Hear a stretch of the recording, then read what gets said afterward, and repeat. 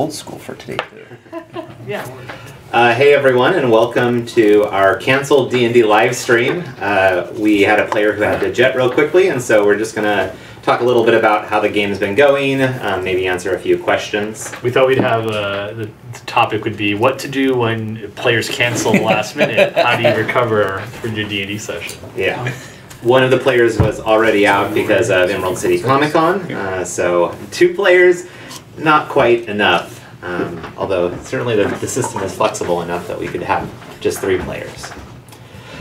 So where we are with the campaign right now is we've been running through Scourge of the Sword Coast. I've been watching a lot of what's been going on in D&D Encounters, which has been going for I think about 6 weeks.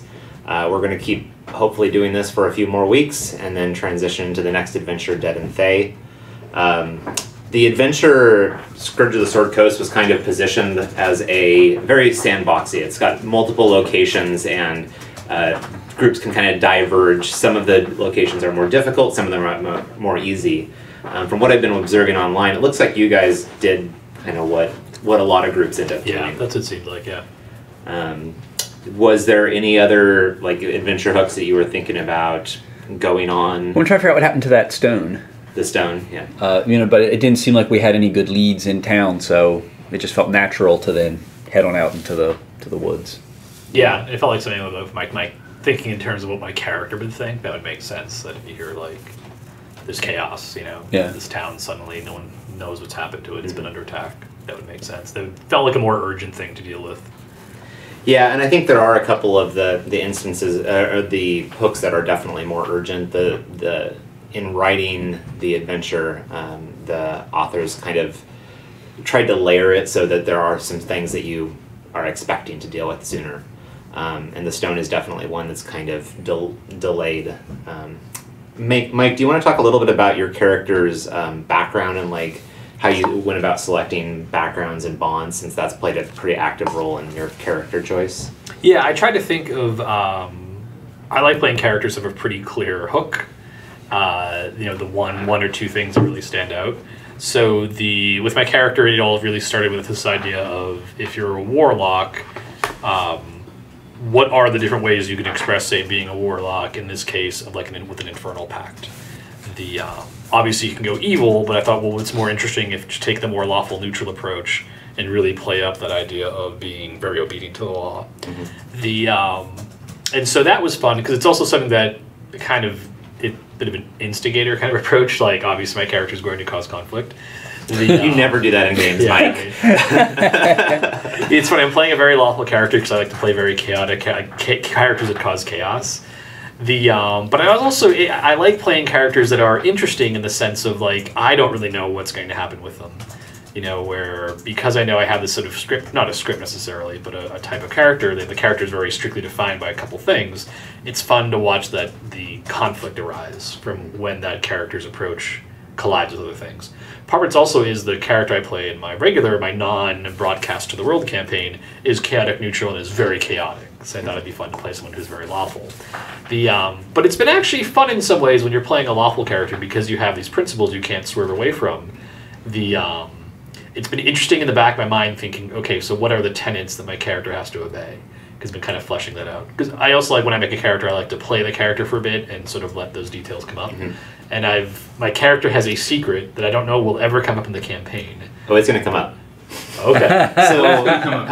So there's, without giving too much away, there's a deep infernal theme in the entire Scourge of the Sword Coast. People who are playing it will realize that. And so when I saw that you were playing an infernal warlock, I got very excited about ways that I could integrate that into the campaign. But that's not actually my character. I figured everyone should probably figure out. But I actually have a secret that I have not actually even told me. Told you, yeah. Okay. I was thinking my character. Okay, what would be really an interesting? Because I also like characters with inherent contradictions in them. So I thought it'd be kind of fun to have this. I don't know if it'll ever come up. So that's the other thing too. It's like it may never actually come up in play. Yeah. But it's just always interesting to have that in the back of my mind. Like, it doesn't necessarily color what my character does, but it's interesting for me to watch the character interact with the world. Mm-hmm. I've never been someone to build the characters based on mechanics. It's always been very much like try to come up with a story. So one of the reasons I thought you had told it to me is one of the things I do as a DM when I start a campaign is I write down a character secret for every person. Okay. And so when I got your guys' bonds and flaws and traits and backgrounds, one of the first things I did was, okay, based on these, what secret can I have that I want to reveal, try to not reveal, but integrate over the course of the campaign. Oh, cool. And so that was what I was looking at when you mentioned the secret. Yeah. It's a deeper secret, but it is obviously my character doesn't go around saying, "By the way, I'm aligned with the forces of hell." But yeah, it's not like worst kept secret ever. Yeah. So with the backgrounds, I mean, right now, the versions that people saw during the playtest were definitely a nascent form, and so we've developed a lot since then. And this goes for you, Tom, as well. Did either of you guys, did you roll random traits on your backgrounds, or did you pick some? Random. Yeah, I picked. Yeah. Because I know for you, Mike, your positive trait was like your word is your bond, but you also had a negative trait of obsessive compulsive, and that kind of feeds into, those two things sort of feed into one another. Yeah. Yeah, it has to have been a lot of matter what. Yeah. My background is more, I chose criminal, not just a mechanic, like for the fact that my character, like, I like that contradiction of, well, I was once a criminal, and now I'm what I am now, and I thought that was just an interesting thing that hasn't come up yet. Yeah, like going to shake down the criminals I might know, but... What about you, Tom? Since you rolled, do you feel like, do you like that approach? Do you think that it's something you would prefer to kind of pick and choose different traits and flaws? Depending on how much of a character concept I have, I came in wanting to try a druid because I hadn't played one in a while, and hadn't really thought much of how I wanted to play the druid, so I just went random to give me a set of things to just try to build the character around, and then kind of like Mike's approach, I like to sort of play the character for a couple sessions, get a feel for how those things work out, and then feel like once I get that framework of that character, then the character almost runs themselves. Like they do things that it's like, I wouldn't do this, but the character really would. So, oh well, here we go. So for me, I like just doing the random because I didn't have a strong concept beyond the class, and I wanted something to give it some flavor. Yeah, and it kind of created an emergent background and story for your character. Yep. Cool. Maybe, I mean, we wanted to keep this pretty short, and we don't want to take too much of people's time just talking about our characters. Let me tell you about my character. So, I've got questions here. Yeah, let's give it to Trevor, and I'll repeat the questions. You guys already kind of covered this one, but we can do it a little bit more explicitly. How will players generate their flaws, ideals, and bonds? Will there be guidelines and tables of a kind, or is it more freeform? So the question is, how do characters generate their flaws and bonds and traits? Those are right now wrapped into backgrounds. Mike, you maybe want to speak a little bit more to that? Yeah, so what we've done is each pre-made background that we include comes with tables for each of those. You can either just pick or roll, but yeah, the idea is it gives you stuff that's thematic. I also think we were looking at, like, right now we have positive and negative traits, but I think we're looking at just getting rid of the negative trait because we have the flaw already. Yeah. So that's, I think, a revision. I don't think it's been finalized. I think we've talked about that. But yeah, sorry, go ahead. I was going to say one of the exercises that I think we went through was looking at archetypes and trying to make sure that with our backgrounds we had wide enough archetypes that you could fit much more niche backgrounds within one of the archetypes, and then through the selection of your flaws and traits, or traits and bonds, that those would play into the specific selection you make. Yeah. We've done a lot with random tables beyond just characters. I was looking at some stuff we're working on regarding, like, adventure creation and stuff. And, if you think about it, each time you say, hey, make a character, with your traits and flaws, or to make an adventure with a villain or location, I always like adding as many random tables there, because at least it makes you think of it maybe in ways you wouldn't have thought of otherwise. And I think that's the kind of stuff that's really useful for D&D. Either you're doing it on the fly, or it's just making you do something that you otherwise wouldn't. Because I kind of like that. I like doing that myself, like, the purely random character. I remember doing that in 4th edition. just with the character builder just saying, give me a completely random character and I'm going to play this character. So they ended up with like a Minotaur Paladin with some like random backgrounds. And it was kind of cool to go, okay, how do I make sense of this character? Like 2 short swords or something like that is his main thing. Yeah. I remember just the other day we were discussing the idea of how to generate basically improvise an adventure. What could you do with tables that would let you sort of generate an adventure on the fly and run it with very little preparation. Exactly, yeah. And if you don't like that, you can always use it as a source of inspiration for a pre-scripted campaign. My brother and I used to do that back in first edition. We'd take that random table in the DMG because it was like just the 2 of us, right? And it was couldn't have just one DM because then you only had 1 player, so we would just randomly roll stuff. So I love just the random flaws, and the addition of that makes the game capture some of that nostalgia for me personally. Is I just love those random tables. Yeah, tables are fun. I just love it. It's always fun when you just roll a bunch of dice and see what comes up. And then try to make sense of it is the fun part. That's the fun part, is you connect those dots. It's a good creative exercise. It makes you think, like, well, why would there be 3 bugbears in this room, then 2 giant spiders, and a bunch of scorpions, and a bunch of pit traps, and it's like... And how exactly did that giant get into this dungeon? Yeah. Well, then it makes an interesting story, right? Like, they just think, oh, no, he got lured in here by someone. He was actually a dwarf, and he got cursed. Is it from the Chronicles of Prydain novels, whatever that guy, Glue, was one of the characters. And he's a giant trapped in a cave. He was, and he wished to be big or something like that, and he was in a cave and got trapped in there. It's just like, that's a cool... Like, I remember I read that book when I was 10, and, 29 years later, I still remember it, Speaking of monsters, can you guys share anything about how customizing monsters and NPCs is going to work? I'm trying to think.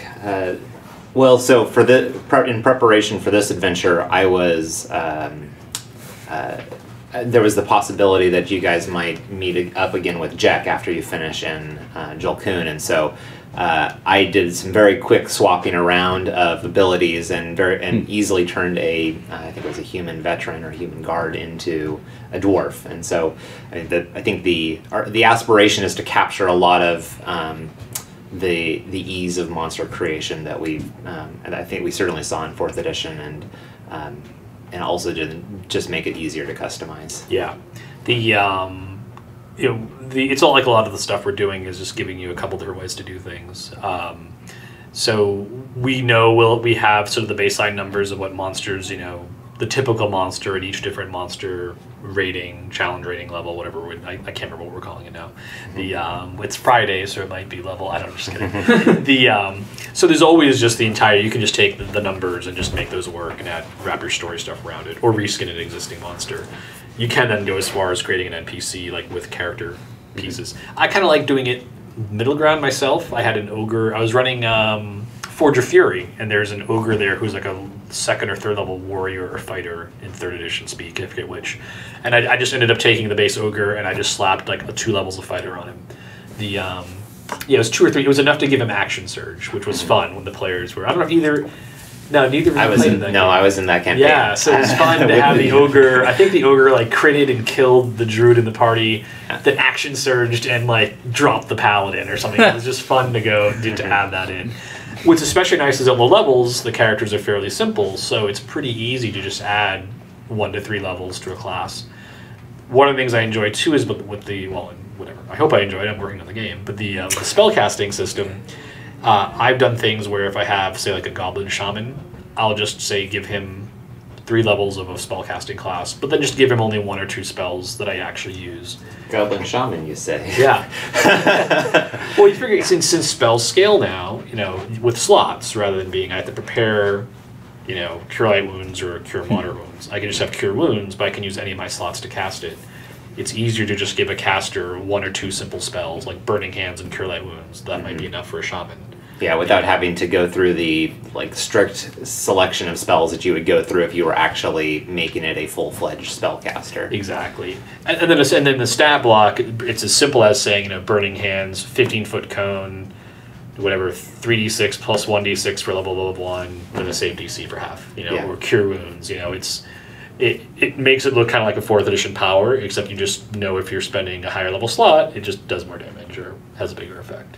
So I found that actually works pretty well in play. One of the other things that I believe is still in is, at least in the files I was looking at, are the customization sidebars. So if you, I think, in preparing for this session, there was going to be a creature that, and one of the sidebars next to it says, like, if you want to give it water breathing, you can, just to quickly customize that for your campaign.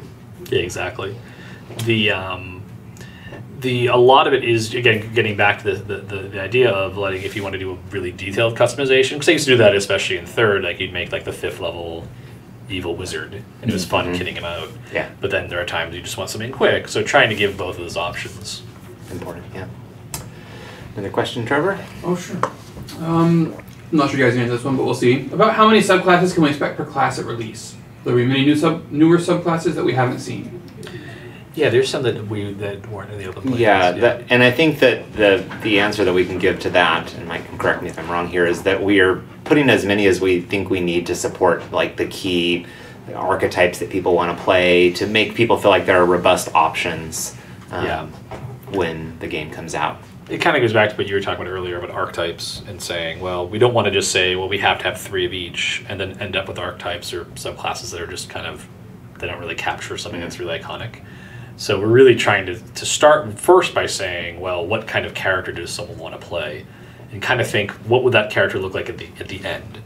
And then work backwards from there and say, okay, are there things we're missing from the system? Like if someone wants to play a swashbuckler, are we missing things from the game for someone to play that? Or is that actually already in the game and it's just a matter of either giving an example or maybe even just saying, I'll use an example. People have seen the Circle of the Moon Druid.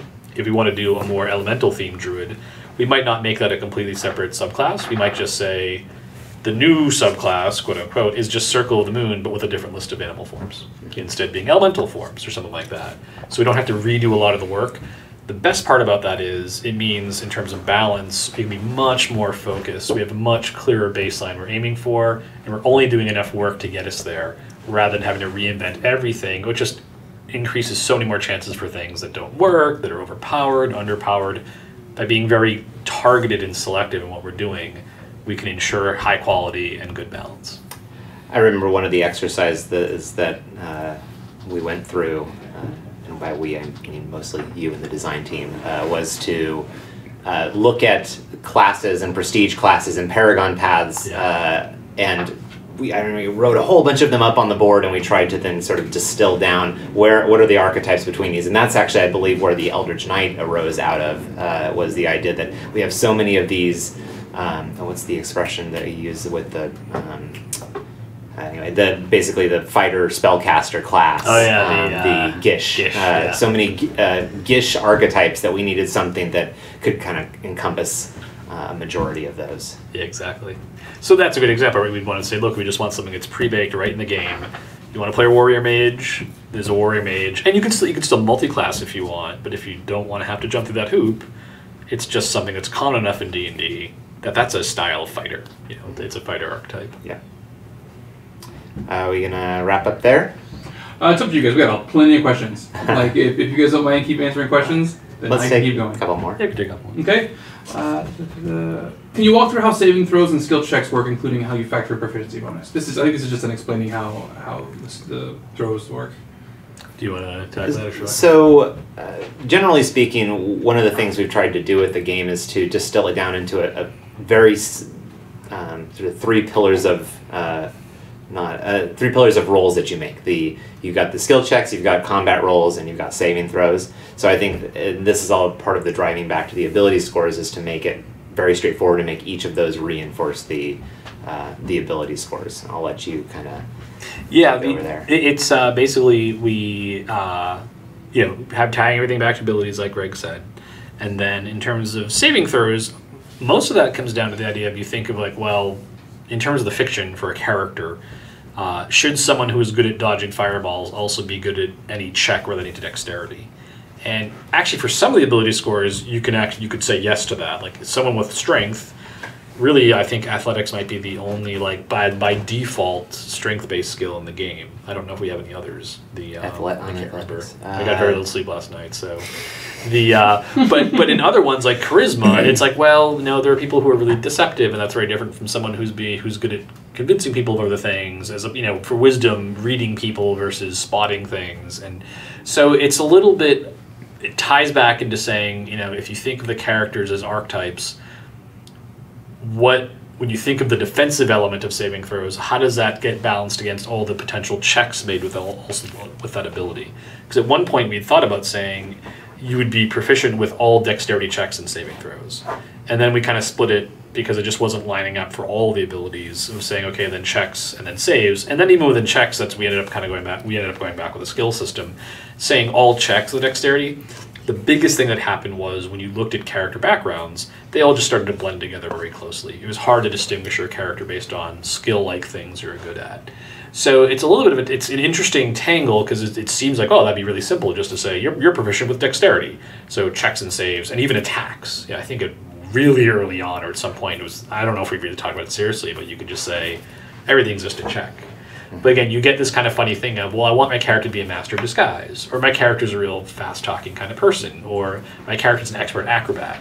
Well, does that also mean my character's an expert archer? Because we expect to use dexterity with bows. And so saving throws and checks are the ones they're closer together than, say, saving throws or checks and attacks. But we still just found there's enough space, specifically in creating a character and thinking what makes your character unique, that we wanted to keep those things separate. Yeah, keep some texture to the characters. So basically it's just if you're proficient in something, the character classes will give you your proficiencies with saving throws. And then it's just if you're proficient in the save, when you make the saving throw, you add your bonus to that roll.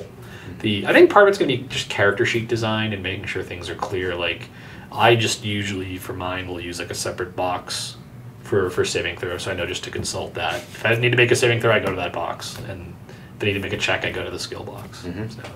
Dr. Jared does on here say stop playing NBA 2K14. So you know. It's fun. Just which is funny because, I guess it's depressing. I was up to 1 o'clock playing it, which is that's nothing, right, man? In my 20s. And now, I'm so exhausted. So I've got at least 3 more big questions that I think would be good for us to answer. And then I'll let you guys decide if you want to keep going. First off, people really want to know about what monster stat block approach we're going with. So if we're going to go with the more 3E approach or the 4E approach, but people really want to hear about the monster stat block. I know it's going to be much more 4E. We want to put as much information in there as we can, just to make it as runnable. Now, what will probably happen is we've really taken the approach of thinking it in terms of context. So let's say if we have an evil wizard who's an enemy in an adventure, let's say this adventure, the Goblin Shaman. What we might do is say, okay, here's your stat block. And we might say, let's say the wizard's main spells in combat are like Burning Hands and Chill Touch and then Lightning Bolt. We would give you short descriptions of those 3 spells so that you can use those at a glance. But he might have a couple other spells prepared that we don't think he's as likely to use. And again, that kind of gets back to the idea of if you're the DM who's like, look, I just want to use this stat block, I'm going to use this guy in combat, and I don't want a lot of options, I'm going to really focus on the key blowing up character things, you've got those right there. If you want to take on that more complexity and manage a longer list, we might note, well, this guy also has, Tensor's Floating Disc and Disguise Self.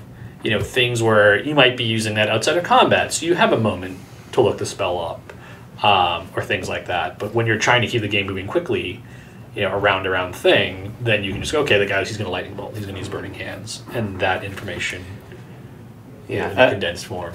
A component of this is that the exercise that a lot of the team went through of distilling down the monster descriptions to sort of their most essential elements, and so that there is an aspiration to keep the stat blocks as simple as possible, make sure that the creatures are doing exactly what they need to do. And then creatures, as we've talked about, I think you talked about in Legends and Lore, like the dragon or a beholder would have legendary actions or lair actions that would really help add more of that that enhancement, that making them feel like a tradition, like a 4th edition solo, or making them have all of the complexity that you might want in certain circumstances for the stat block. Yeah. Sweet. All right, let's move on to perceived classes. You guys have mentioned that a couple times. How do they exist now? And then follow-up questions, if assuming they are around. Do they have any kind of requirements like feats or classes or things like that? Yeah, so right now, prestige classes are something that we're going to tackle after the core rules. Because right now we feel like we have enough flexibility in character creation and enough options that we don't need to have them at launch. It also lets us get a little time, because I think what we really need to see is once the game is in the wild and people are playing it, then we'll have a better sense of what we should be doing with prestige classes. I think one of the mistakes we could easily make, which I want to avoid, is treating the game as if like, okay, the day we release it, that's the entire game and we're done. It's definitely something where we see it more as, no, it's an evolving living rule set. So we had a lot of questions about prestige classes. They weren't in the public playtest, so that's another kind of strike against them. So I'd rather sort of just slow things down and look at it and go, we have enough material. You don't need a prestige class to run a character up to level 20 now. So our approach is to just kind of take it slow. We had a couple ideas. Originally, they were going to be a lot like they were in 3rd edition. That was one of our ideas, but more clearly attached to organizations in the world. I think typically the requirements, rather than mechanical, would be much more world-based.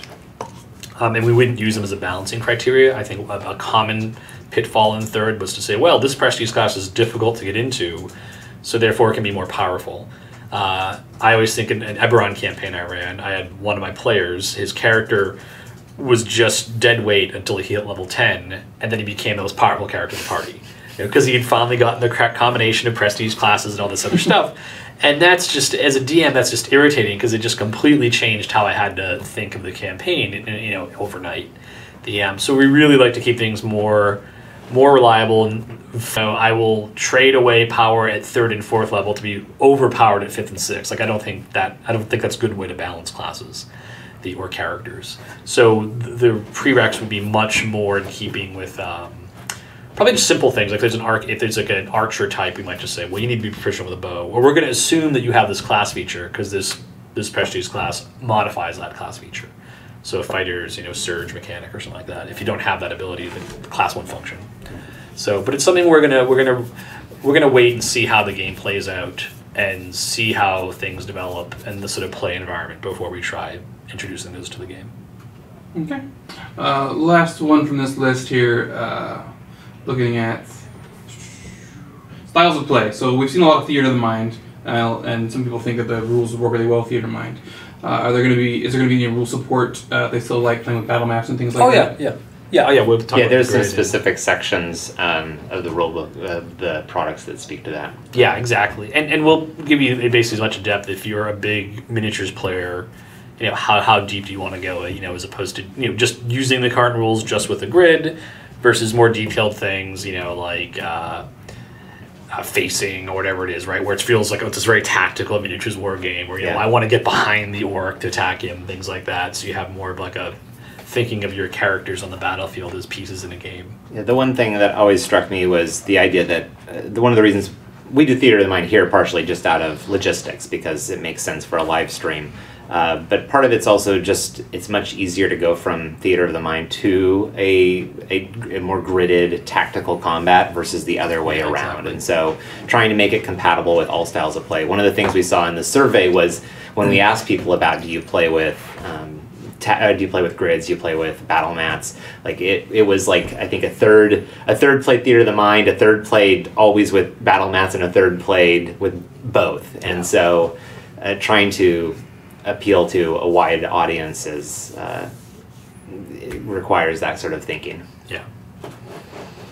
Alrighty, so we have a lot more questions, but one, I can't ask Tom about any of the stuff that he's working on really, so I feel bad for leaving here. And two, we should probably let these guys get back to it and be done with our little impromptu next Q&A. Thanks everybody. Cool. Thanks everybody for doing this last minute. Yeah, sorry we just had a last minute cancellation. It's nothing critical, but it's one of those things that comes up sometimes. So. I think next week we should hopefully have a game. The week after is PAX East, so we'll see. It's a wild and we do have a live game at PAX East. Yes. It just won't be you guys. Yeah. Yes, tune in for that, and hopefully that's available online for It should be on the PAX Twitch channel. Okay, just wanted to, I don't know if you could say that. Yes, it should be live streamed on the PAX East channel. We should be good to go. All right, well, thanks guys, and thanks everybody for joining us. Thank you. Yep.